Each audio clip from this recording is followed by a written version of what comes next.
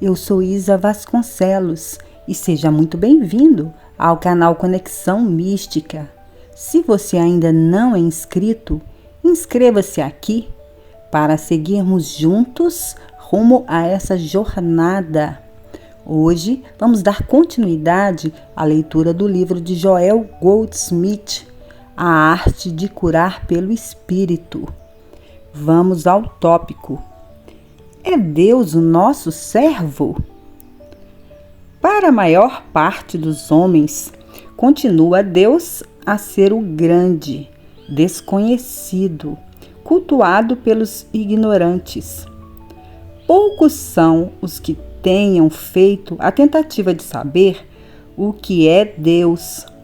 Poucos são os que tomem a sério a pergunta: há um Deus? Donde sei eu que Deus existe? Foi-me dito que há um Deus. Leio livros sobre Deus, mas poderia eu afirmar sob juramento que Deus existe se fosse convidado a isso? Que prova tenho eu da existência de Deus? Será que eu o vi face a face? Será que eu o senti em mim? Como responderias tu a estas perguntas? Poderias dizer: sim, eu sei que existe Deus. Ele é assim, assim. Como descreveria? Será que Deus pode ser descrito? Deus não é aquilo e não é assim, como o grosso da humanidade o imagina. Ele não é nada daquilo que se possa pensar ou imaginar, porque todo pensamento que o homem possa ter de Deus é necessariamente limitado, porquanto esse pensamento foi criado por nós ou foi recebido de outros homens. Espera um momento e reflete. Onde os teus pensamentos sobre Deus têm a sua origem? Donde os recebeste? Não é que tu mesmo fabricastes estas tuas ideias sobre Deus depois de teres lido ou ouvido algo? Não é que encapaste as crenças dos outros que desde a infância te foram impingidas? Ou poderás afirmar que o teu conceito de Deus é resultado da tua própria experiência interior? Para Jesus, que havia realizado a sua perfeita unidade com Deus, era Deus o Pai em mim. Para nós, porém, a ideia de Deus como Pai reveste a forma de um determinado Pai. Cada um de nós tem do Pai uma ideia determinada, que é o resultado das suas próprias experiências humanas. Hoje em dia, os filhos consideram, muitas vezes, seus pais como seus servos, cuja função é fazer todas as vontades deles. E muitos adultos transferiram para o Deus Pai simplesmente o conceito que eles têm do Pai humano.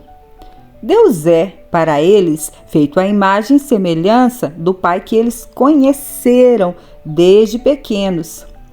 Imaginam Deus como um ser sobre-humano, sempre à espera de fazer favores aos homens. E esses favores divinos podem ser assegurados pelo homem.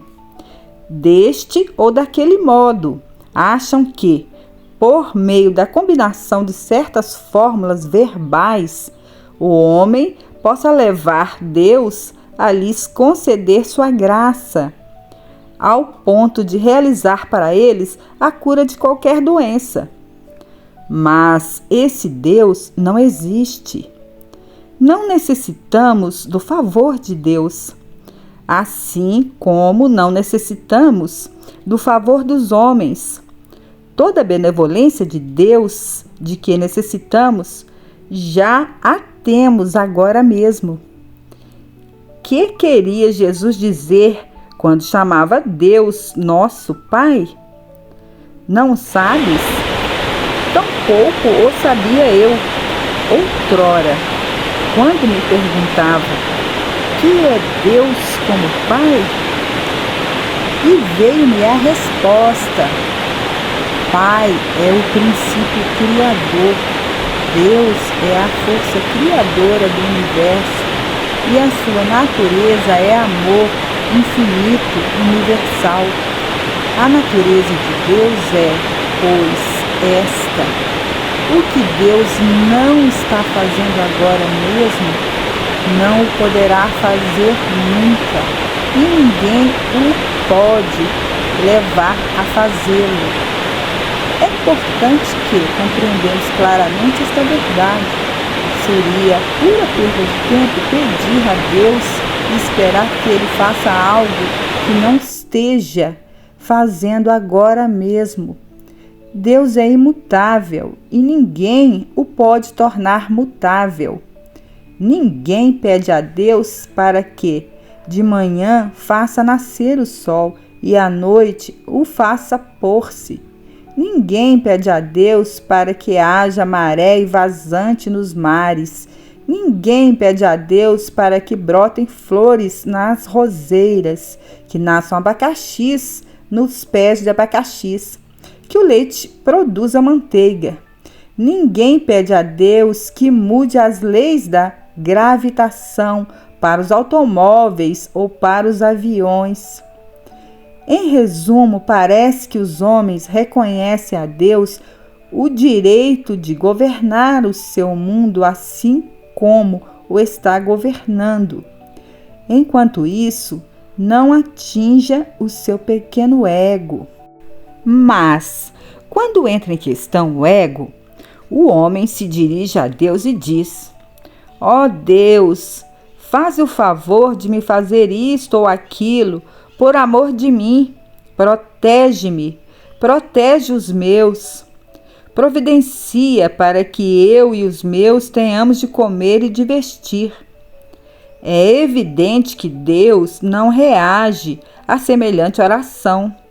Deus providenciou para que, na terra e no fundo dos mares, haja mais alimentos do que todos os povos do globo possam consumir.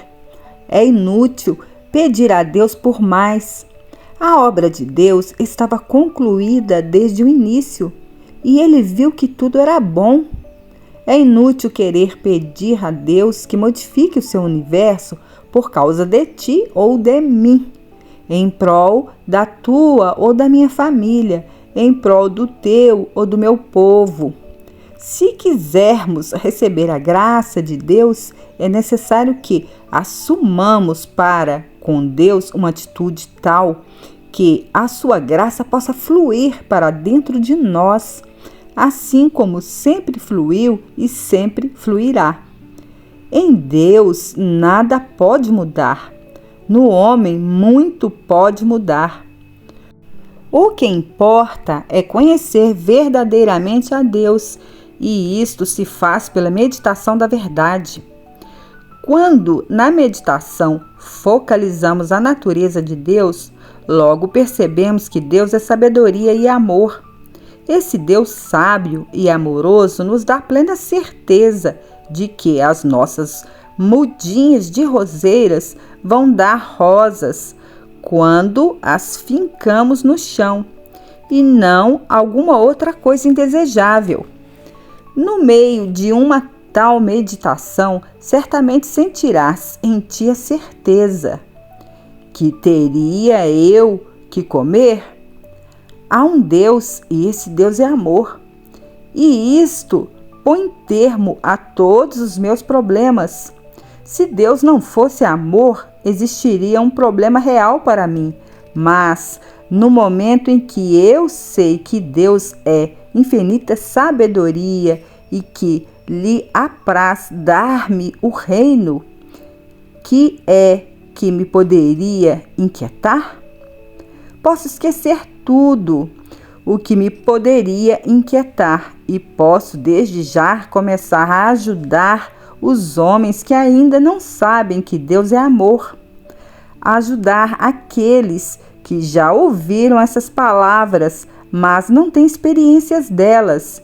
E enquanto eu os ajudo, surge em mim a consciência deste conhecimento. No decurso da tua meditação sobre Deus, descobrirás que nunca houve um tempo em que Deus não existisse. E mesmo da limitada perspectiva do olhar humano, isso significaria que também nunca haverá um tempo em que Deus deixe de existir.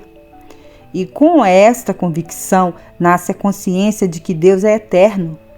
Da mesma forma, não há lugar em que Deus não exista. Os descobrimentos da astronomia mostram quão imensa é a criação de Deus. O Sol, as estrelas, as luas, os planetas mostram também a ordem sapiente que rege as suas órbitas. Daí se segue o conhecimento natural. Se é verdade que tudo que é do Pai é também meu, então os atributos do Pai também são atributos do meu próprio ser. A mesma lei, a mesma ordem, a mesma sabedoria atuam também em minha vida. Tudo que prefaz a natureza e o modo de agir de Deus, isto prefaz também o meu e o teu ser humano. Ora, uma vez que Deus é ontem, hoje e sempre o mesmo Deus, não pode Ele fazer algo hoje que não fez ontem ou não fará amanhã. Deus não pode dar saúde a ninguém. Deus não pode distribuir harmonia, prosperidade ou posição a ninguém. E sendo Deus amor, não pode negar saúde, harmonia ou paz a ninguém. Que espécie de Deus seria esse que te deixasse ficar doente até que tu te resolvesses a lhe pedir saúde? Esse Deus não é senão um ser humano, divinizado por ti, mas nunca o Deus verdadeiro. Deus é um Deus de onipotência, de onipresença, de onissapiência, e Ele conhece todas as tuas necessidades antes que tu mesmo a conheças. É do seu agrado dar-te o reino, e isto antes de qualquer tentativa da tua parte para influenciares neste sentido. Mas não é precisamente isto que os homens tentam fazer? Não gastam os homens o seu tempo em descobrir meios e modos para induzir Deus a fazer algo por eles? Quem não compreende a natureza de Deus como sendo o sumo bem, procura utilizar-se de Deus para seus fins peculiares. Tenta pôr a verdade a seu serviço. Nós, porém, estamos prontos para que Deus nos ponha a seu serviço, para que a verdade nos ponha a serviço dela. Façamos de nós instrumentos idôneos pelos quais a verdade se possa revelar, mas nunca tentemos por Deus a nosso serviço. Deus ou a verdade não são servos nossos. São nossos senhores e soberanos, e nós somos servos deles. Quem compreende a natureza de Deus nunca lhe pedirá coisa alguma. Deus só poderá doar a si mesmo, e este dom é suficiente para todas as nossas necessidades. Um Deus diferente deste, de qualquer modo, é uma fábula inventada pelos homens, um mito que os pagãos excogitaram séculos antes do divino mestre. Os gentios cultivavam muitos deuses, sempre com o fim de conseguirem dele alguma coisa. Quando não chovia, pediam chuva. Quando chovia demais, pediam que a chuva cessasse. Quando eram flagelados por enchentes e tempestades, suplicavam que Deus lhe pusesse termo. Em tempos de carestia de víveres, pediam a Deus que lhe desse alimento. Orações dessa natureza são relíquias do tempo pagão, em que os homens imaginavam Deus à sua própria imagem e semelhança, quando não tinham ideia do Deus verdadeiro. Quando não conseguiam obter de um único Deus o que tinham de necessidade, inventavam muitos deuses. De um deles pediam chuva, de outros boa colheita, de um terceiro fertilidade e de um quarto Deus isso ou aquilo. Mais tarde, quando Abraão trouxe a doutrina de um Deus único, a única mudança que seus adeptos fizeram consistiu no seguinte: em pedirem de um só Deus as 10 coisas que outrora pediam a 10 outros deuses.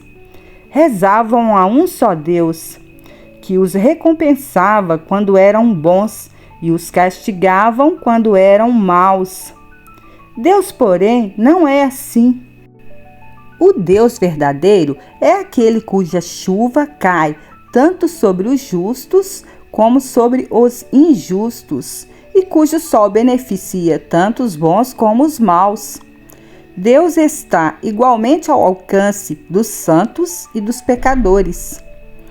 Olha imparcialmente para todos, independente de raça, cor ou credo, independentemente de religião ou falta de religião. As diferenças na vida de cada homem individual nada têm a ver com Deus. A sua causa está na ignorância ou na imperfeita experiência que os homens têm de Deus. Quem pede a Deus por determinadas coisas, saúde, dinheiro, casa, amigos, procura fazer de Deus o seu servo, a qual se possa dar ordens para cumprir a sua vontade, de seu senhor humano. Pensas tu que Deus seja um instrumento a serviço do teu bel prazer, ou deveres tu ser um servo e uma alegria para Ele? Acreditas realmente que o Deus do céu ou do teu interior esteja à espera do teu clamor para atender às tuas intenções e satisfazer os teus desejos? Ou é Deus o princípio criador espiritual do universo, ao qual o cosmos serve e ao qual também tu deves servir? A humanidade vai a caminho do inferno enquanto espera que Deus seja o seu servo, em vez de reconhecer humildemente que tu e eu existimos para servir a Deus, assim como servem a Deus o sol, a lua, as estrelas, as aves, os peixes e os mamíferos. Toda a criação tem por fim glorificar o Criador e não o homem. Não é Deus que deve glorificar o homem, mas o homem deve glorificar a Deus. É necessário que invertamos o conceito tradicional que temos de Deus. Não somos nós que tenhamos de ensinar e aconselhar a Deus, mas Deus tem de ensinar e aconselhar a nós. Homem, mantém-te sempre pronto para receberes do teu interior o impulso da verdade, para que a verdade seja revelada por ti.